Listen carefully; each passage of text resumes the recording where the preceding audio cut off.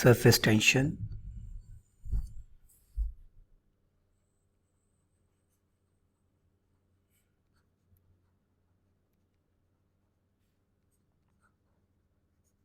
Competition part. पहले हम लोग एक बार थोड़ी सी थ्योरी रिवाइज करेंगे, फिर कंपटीशन बेस्ड क्वेश्चंस न्यूमेरिकल्स करेंगे। ओके, तो सबसे पहले सरफेस टेंशन है क्या? कि सरफेस टेंशन किसी भी लिक्विड के सरफेस की वो प्रॉपर्टी जिसकी वजह से लिक्विड का सरफेस हमेशा एक स्ट्रेच्ड मेम्ब्रेन की तरह बिहेव करता है and it always has a tendency to occupy minimum surface area.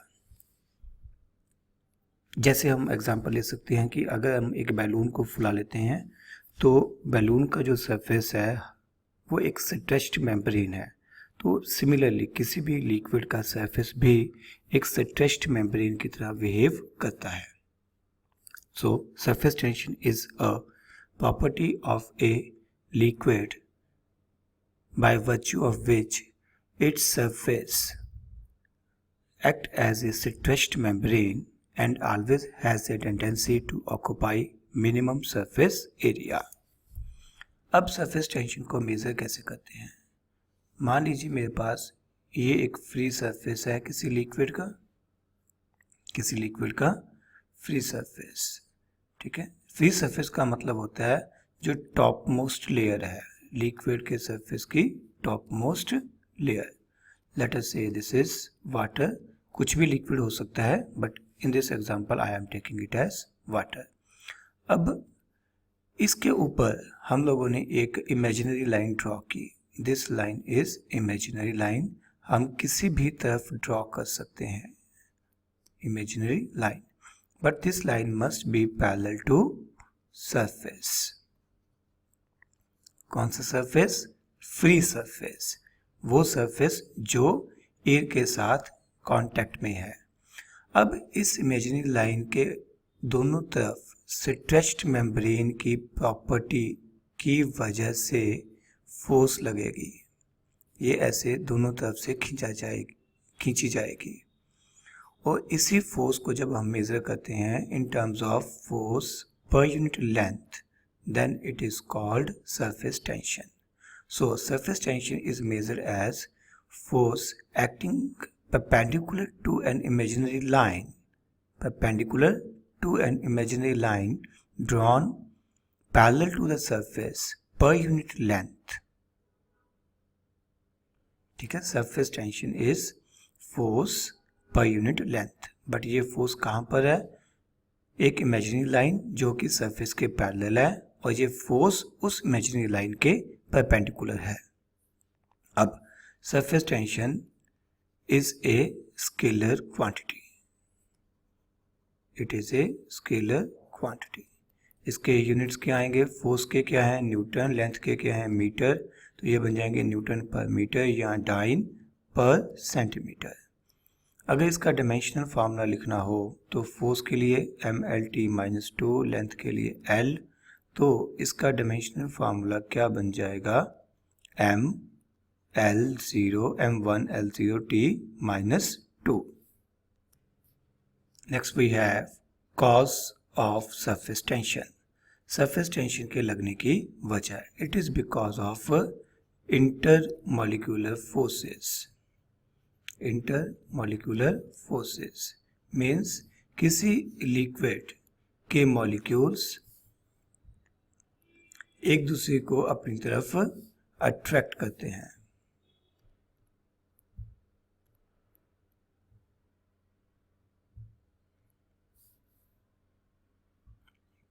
अगर मैं यहाँ पर कुछ मॉलिक्यूल्स शो करता हूँ तो ये मॉलिक्यूल्स ऐसे चारों तरफ बाकी मॉलिक्यूल्स की वजह से फोर्स एक्सपीरियंस करेंगे। इस एग्जांपल में जो भी मैंने अभी मॉलिक्यूल्स लिए हैं these are well inside liquid, but अगर हम कोई मॉलिक्यूल लिक्विड के सरफेस पर ले, यहाँ पर ले, तो ये मॉलिक्यूल इधर से खींचेगा, इधर से खींचेगा, नीचे को भी खींचेगा, बट क्योंकि ऊपर की तरफ इस तरफ कोई लिक्विड है ही नहीं, इस तरफ क्या है, एयर, इस तरफ कोई लिक्विड है ही नहीं, तो ऊपर की तरफ ये फोर्सेस नहीं रहेंगी, जिसकी वजह से ये वाला मॉलिक्यूल जो सरफेस के ऊपर है या जो सरफेस फिल्म के अंदर है, ये मॉलिक्यूल एक इनवर्ड फोर्स एक्सपीरियंस करेगा, जिसकी वजह से ये हमेशा अंदर को जाने की कोशिश करेगा and hence will always have a tendency to occupy minimum surface area. और इसी प्रॉपर्टी की वजह से सरफेस टेंशन एक्ट करती है। कोई भी लिक्विड का सरफेस हमेशा स्ट्रेच्ड मेम्ब्रेन की तरह बिहेव करता है। नेक्स्ट वी हैव फैक्टर्स जिसके ऊपर सरफेस टेंशन डिपेंड करती है। First one is nature of solid and liquid. Nature of solid and liquid. Number 2, you can go for impurities added in it. Impurities added in it. Number 3, you can go for temperature. Okay? If you want बहुत बढ़िया से करना चाहते हो, then you can write down even fourth option, that is electrification. Electrification. अब इन सभी properties को एक बार ध्यान से समझेंगे। चलिए शुरुआत करते हैं nature of solid and liquid. देखो बेटा, यहाँ पर मेजर कंसर्न जो है, हालांकि यहाँ पर मैंने सॉलिड लिख दिया है, बट अगर हम बात करें तो मेजर कंसर्न क्या है, लिक्विड। हर एक लिक्विड के मॉलिक्यूल्स की दूसरे मॉलिक्यूल्स के साथ या खुद के साथ डिफरेंट अमाउंट में, डिफरेंट मैग्नीट्यूड में फोर्सेस होती हैं, जिन्हें कि हम कोहेसिव या एडहेसिव फोर्सेस कहते हैं। कोहेसिव फोर्सेस कौन सी होती हैं? एक मॉलिक्यूल के, एक मटेरियल के खुद के मॉलिक्यूल्स के साथ जो फोर्सेस हैं दैट आर कोहेसिव, और एक मॉलिक्यूल के दूसरे मटेरियल के मॉलिक्यूल्स के साथ जो फोर्सेस होती हैं that are called adhesive forces. Okay, अब हर लिक्विड के लिए ये फोर्सेस अलग अलग होंगी एंड दैट विल डिटरमिन कि सरफेस टेंशन की वैल्यू कितनी है। जैसे अगर हम यहाँ पर बात करें तो वाटर, अगर हम लें प्योर वाटर, लें pure water in clean glass, तो उस केस में सरफेस टेंशन डिफरेंट होगी। एक्चुअली वो थोड़ा एंगल ऑफ कांटेक्ट पे डिपेंड करता है, वो एंगल ऑफ कांटेक्ट अभी मैंने बताया नहीं है, चलो कोई बात नहीं। Theta represent angle of contact, यही बता देता हूँ। ये है मेरे पास एक कंटेनर, यहाँ पर, हाँ जी, हम बात कर रहे थे फैक्टर्स अफेक्टिंग सरफेस टेंशन। तो first one was nature of liquid. I will specially mention nature of liquid. Water के लिए सरफेस टेंशन की वैल्यू कुछ और होगी, मर्करी के लिए सरफेस टेंशन की वैल्यू कुछ और होगी, and all this depends upon cohesive and adhesive forces. Second factor is impurities. अब डिपेंड करता है कि हमने कौन सी इम्प्योरिटीज इसमें ऐड की हैं।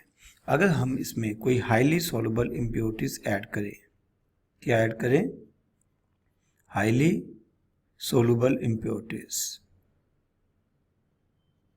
जैसे सोडियम क्लोराइड अगर हम वाटर में ऐड कर दें तो उस केस में जो सरफेस टेंशन की वैल्यू है वो इंक्रीज कर जाती है।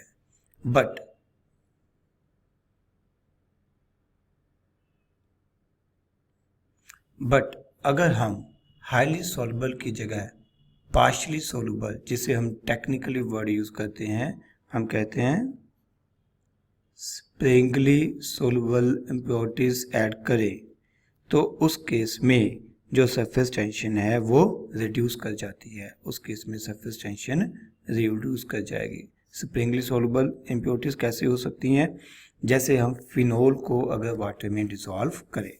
आई रिपीट, इम्प्योरिटीज ऐड करने से सरफेस टेंशन इंक्रीज भी कर सकती है और डिक्रीज भी कर सकती है। अगर हम हाईली सोल्युबल इम्प्योरिटी ऐड करते हैं, जैसे वाटर में सोडियम क्लोराइड ऐड करेंगे तो surface tension will increase. But अगर हम Sprüngli soluble impurities like phenol water में ऐड करेंगे तो सरफेस टेंशन इंक्रीज करने की जगह डिक्रीज करेगी। Third factor is temperature. Temperature के साथ क्या होता है, इन जनरल जैसे जैसे हम टेम्परेचर बढ़ाते हैं वैसे वैसे सरफेस टेंशन डिक्रीज करती है। यहाँ पर मैंने सरफेस टेंशन को एस से डिनोट कर लिया, बट हमने क्योंकि जनरली सिग्मा से डिनोट किया है तो मैं इसे सिग्मा से ही लिख देता हूँ। Sigma T represent surface tension at temperature T. Sigma not represent surface tension at temperature 0 degree Celsius and alpha represent coefficient of thermal expansion. Alpha represent coefficient of thermal expansion. This represent coefficient of thermal expansion बिल्कुल गलत बोल गया, coefficient of surface tension. Coefficient of surface tension. Surface tension at T degree Celsius, surface tension at 0 degree Celsius. अब एक temperature ऐसा आएगा यहाँ पर सिग्मा टी की वैल्यू 0 हो जाएगी। आप यहाँ पे कोशिश कर सकते हो, अगर मैं इस वैल्यू को 0 पुट कर दूँ तो मेरे पास इक्वेशन क्या बन जाएगी, 0 is equal to 1 minus alpha into T, यानी कि टी की वैल्यू कितनी आ जाएगी, 1 by alpha. And this temperature is called critical temperature and is denoted by symbol Tc. Tc represent critical temperature, temperature at which surface tension of a given liquid becomes 0. But याद रखना है यहाँ पर दो exceptions होती हैं।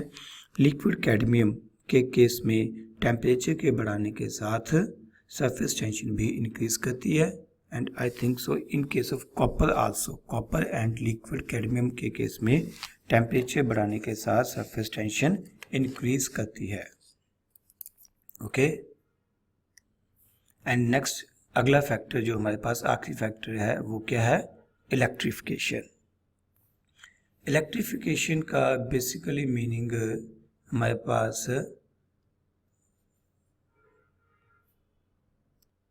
Electrification का basically meaning होता है कि किसी मटेरियल को ऐड करने के साथ उसमें कुछ चार्जेस का डेवलप हो जाना। इसकी बेहतरीन एग्जांपल होती है हमारे पास सोप बबल। अगर हम किसी सोप बबल को किसी ढंग से किसी मेथड से चार्ज देते हैं, मेरे पास ये क्या है, एक सोप बबल। अगर हम इस सोप बबल के ऊपर समहाउ चार्ज दे दें तो उस चार्ज के साथ इसका साइज जो है वो एक्सपेंड कर जाता है, ठीक है। और जो सोप बबल का साइज है that is determined by surface tension. अब क्योंकि सरफेस टेंशन चेंज हुई, आप यूं कह सकते हो नेट इफेक्ट ये आया कि सरफेस टेंशन डिक्रीज की, जिसकी वजह से जो सोप बबल था वो एक्सपेंड कर गया। क्लियर। तो हम इन जनरल ये याद रखेंगे कि विद इलेक्ट्रिफिकेशन जो सोप बबल का साइज है वो इंक्रीज कर गया due to charge given on it, on in other words surface tension reduce कर गई।